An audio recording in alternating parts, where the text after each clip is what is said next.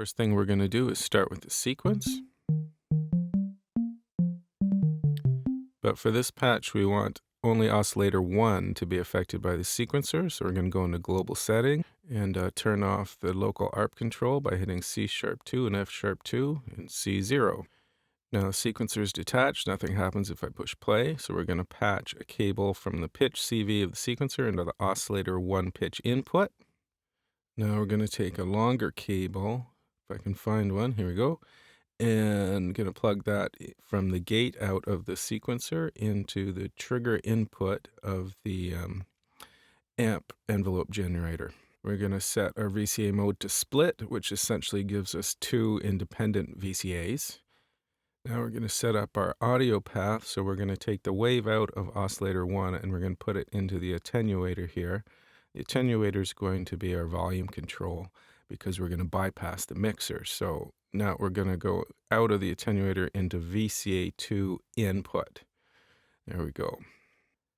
Now we're going to take our envelope CV out and patch it. It's already hardwired to the VCA, so we don't have to worry about that, but we'll plug it into the filter. Actually, let's plug it into the attenuator. That way we're going to have control over the amount of filter modulation. So attenuator out into VCF2, and there we go.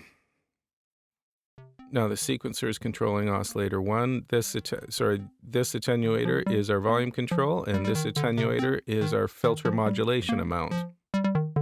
Cool, that's pretty much it for the bass. Actually, let's just get a bass sound that we like.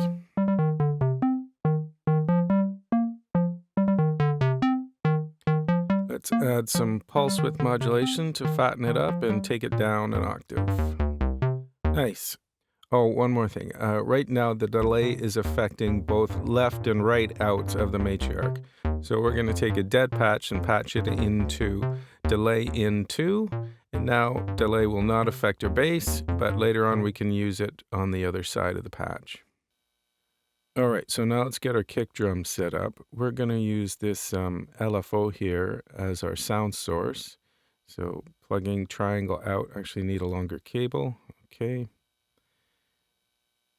Going to plug triangle wave out of our LFO into our Intellijel VCA up here. The Intellijel VCA is a little bit punchier than the Matriarch's VCA, so great for percussion, and that way we can save the Matriarch's VCA for another melodic source. Open up the VCA and dial in a sound for our kick.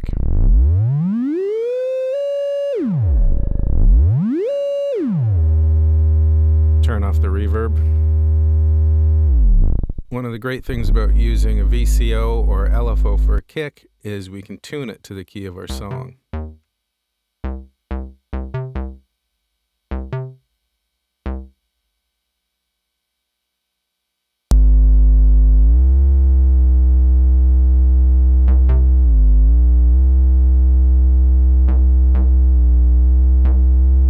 It's a bit of a pain to tune this, but it will definitely pay off in the end.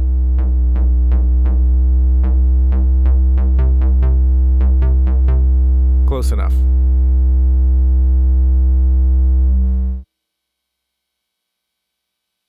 Now we're going to set up the trigger for our kick. We're going to use Pamela's new workout as our drum sequencer. So we've got to take the arpeggio clock out of the back of the matriarch, hard to find here. There we go, and plug it into the clock input of Pamela. So now Pamela is being clocked by the matriarch and not the other way around.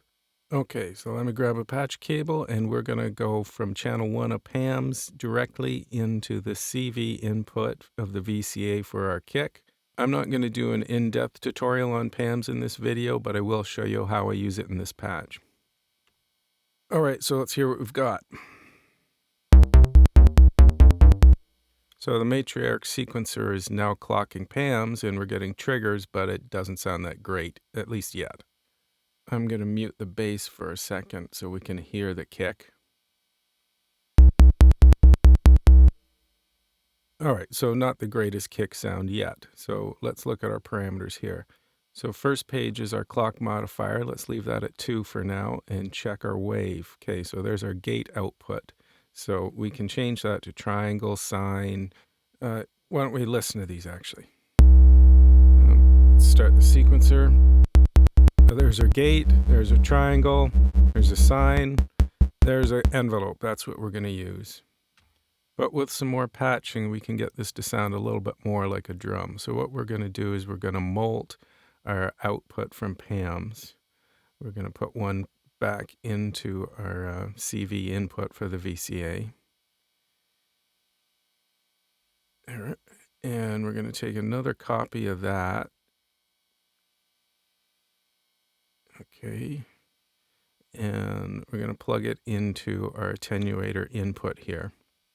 So we've got a copy of our envelope from PAMs going into our attenuator, and from there we're going to go into the rate input of our LFO. Now the envelope from the kick is going to modulate the rate, in other words, the pitch of our kick. So now, just like a real drum, the pitch will slightly change with each attack. Let's slow it down so we can hear that a bit better. Okay, already more drum-like. Now, if we change the width of the gate, if I can find that parameter. There it is. Okay. If we make it shorter, it's going to get punchier. And if we make it longer, a little bit more resonant. Kind of like that a bit better. All right, so now let's experiment with our VCO modulation. That's nice. A little over the top, but cool. I think I like it. There. Now I could patch an LFO or another trigger into the CV in of this attenuator for even more variation, but we'll do that in another patch. Okay, let's put our clock modifier back to 2 times the matriarch's clock, and let's hear it. Adjust that again. That's good. Oh, yeah. 4 on the floor is cool, but let's change up our kick rhythm. So we're going to use the Euclidean generator in PAMs. So let's go for 8 steps for now. And let's try 3 triggers. If Euclidean generators are new to you, there's tons of great videos out there all about them. Let's hear our sequence.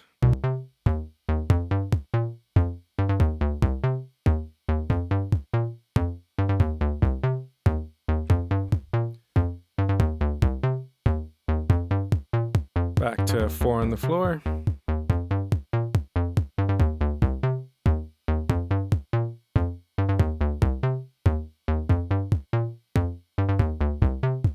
Let's see what 5 sounds like.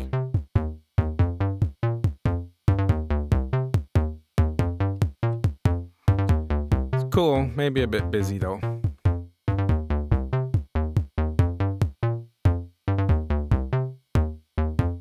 So that's it for the kick. Let's move on to the snare and hi-hats. For snare and hats, we're going to use the Matriarch's noise generator in the modulation section here. And I'm going to patch that into our molt. Another cool sort of hidden feature of the Matriarch in the global parameters is the noise cutoff filter. Noise generators are obviously essential for percussive sounds, and it's great that you can internally change these. But for now, I'm just going to go with the standard white noise. All right, so I'm going to patch the noise from our malt into our disting over here, which is D5 algorithm is a multi-mode filter, low pass, high pass. I'm going to use a low pass for the snare and a high pass for the hi-hats. And out of the disting back into our VCAs. When I was putting together this little skiff to expand the Matriarch, the distings were an obvious choice. There's tons of different algorithms in here. It's very useful modules. They're all patched up. We got noise going to filter, going to VCA. So now let's start to set up our triggers.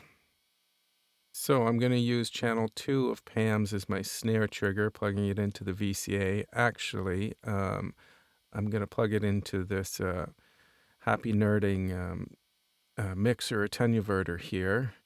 So I'm going to need another cable. Okay, so out of PAM 2 into input 1 of the mixer, and that's normal to channel 2. So channel 2 is going to be our attenuator for the filter, and channel 1 is going to be our VCA trigger. So we're all set there. Let's test it. All right, trigger works, but not very snare-like, so let's adjust that. Changing the wave output to an envelope like we did on the kick drum. Let's see what that sounds like.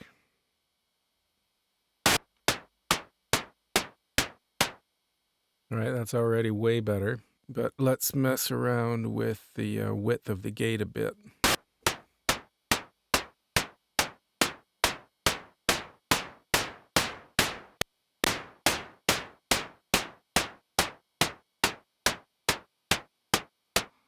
It's pretty good there, nice tight snare. Now just can adjust the filter a bit and the resonance.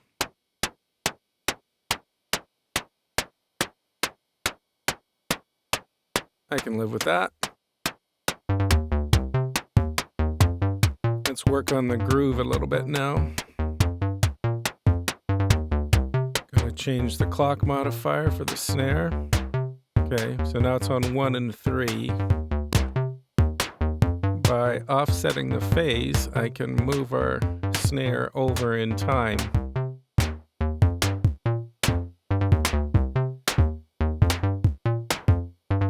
There, 50%. We're at 2 and 4 now. If we move it a little bit later, like 51 or 52, we can get it a little more human sounding. Now if we change the slop,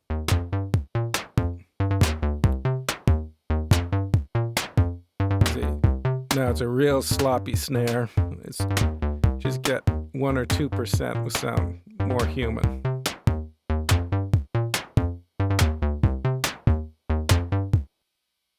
All right, now let's get our hi-hats going. So we're going to take Pam's channel 3 is going to be our trigger for our hi-hats. For now, let's just plug that directly into the VCA.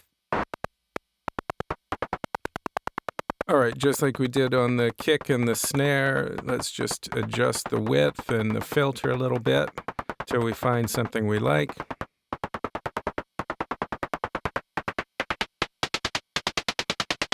It's a bit more hi-hatty.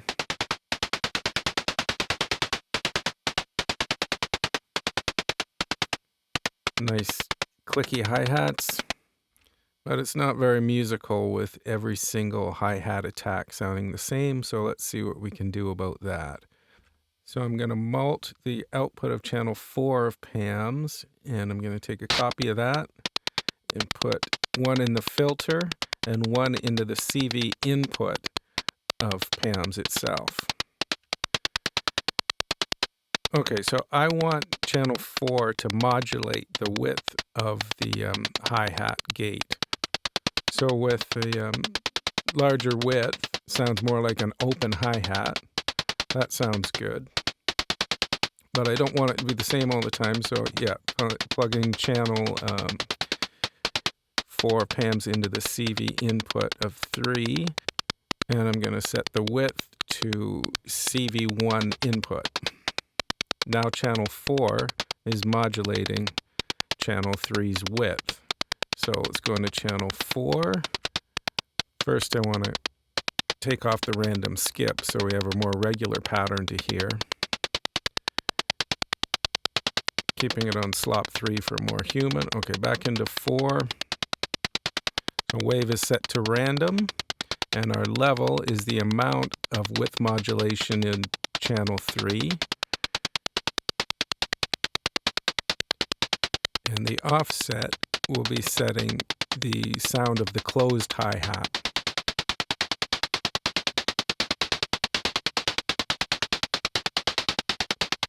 That's pretty good.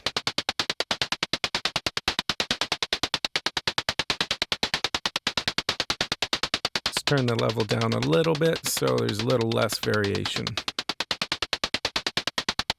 That's good. Now I can just adjust the filter a bit.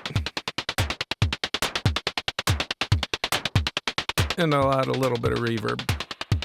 I'm going to put that random skip back in on our hi-hat trigger. Now we've got more rhythmic variation, so it's not just 16ths.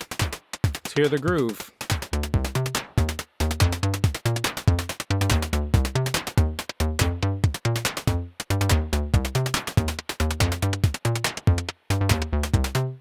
All right, for the final part of this patch, voices 2 and 3, we're going to use the oscillator bank to produce the sounds. We're going to use VCF1 for one of the voices. So I'm patching the mixer into the cutoff in of VCF1. Remember, VCF2 was already used in the first part of the patch for the bass sound. So now anything that is normal to the mixer is sent directly to VCF1. Okay, let me get a cable. And for the gate signal for this patch, it's going to be produced by Pamela. We'll use channel 6, and we're going to plug that into the trig input. I need a longer cable. Okay, so like I said, we're going to patch the trig input on the filter envelope generator into Pamela channel 6, which is acting as a gate out. Then from our envelope out, we're going to go to the CV in for cutoff 1 on the filter. Obviously, because the Matriarch's a semi-modular synth, we don't need to patch anything to our VCA. It's taken care of. Just turning off the drums, and let's hear what it sounds like.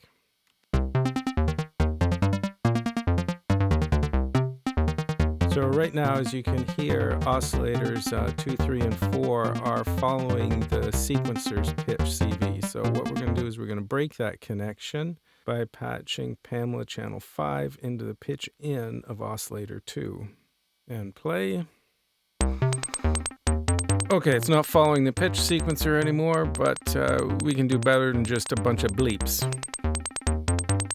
So going to channel 5, that will be our pitch sequencer. And changing our wave to random. Now we have a random pitch sequencer.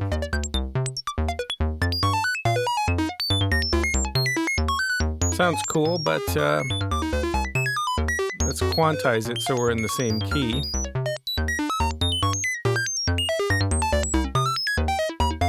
There's lots of scales in here, but we're just going to go with a minor pentatonic. Okay, let's reset the sequencer so they're playing together.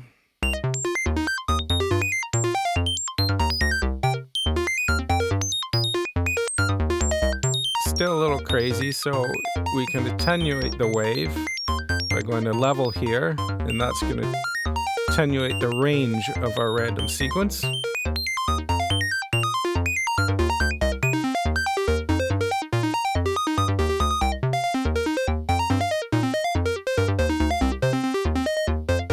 Sounds like it's within an octave or so.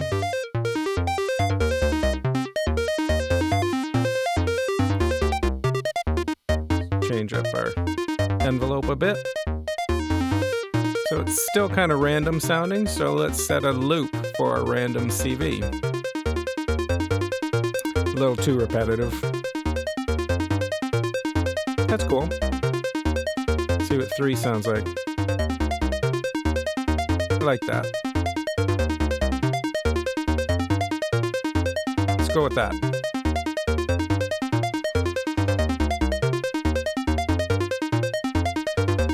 So way back at the beginning of this tutorial, which seems like years ago now, we talked about using that dead patch to separate the delay.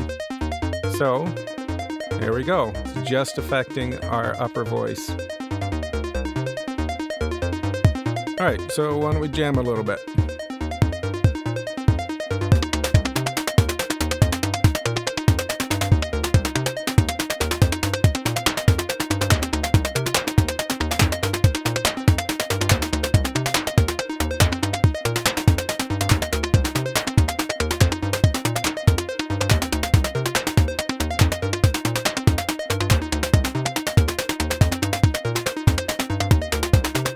last voice in this patch that you heard at the beginning of this video was put together pretty much the exact same way as the voice we just put together, with the exception that I used oscillator 4 from the Matriarch, and I went into Intellijel Bifold and then into the Intellijel Quad VCA from there. But other than that, it's identical to the patch we just built, so I'm not going to bother doing a tutorial on that one. Instead, I'm just going to do a little outro jam. Thanks for watching.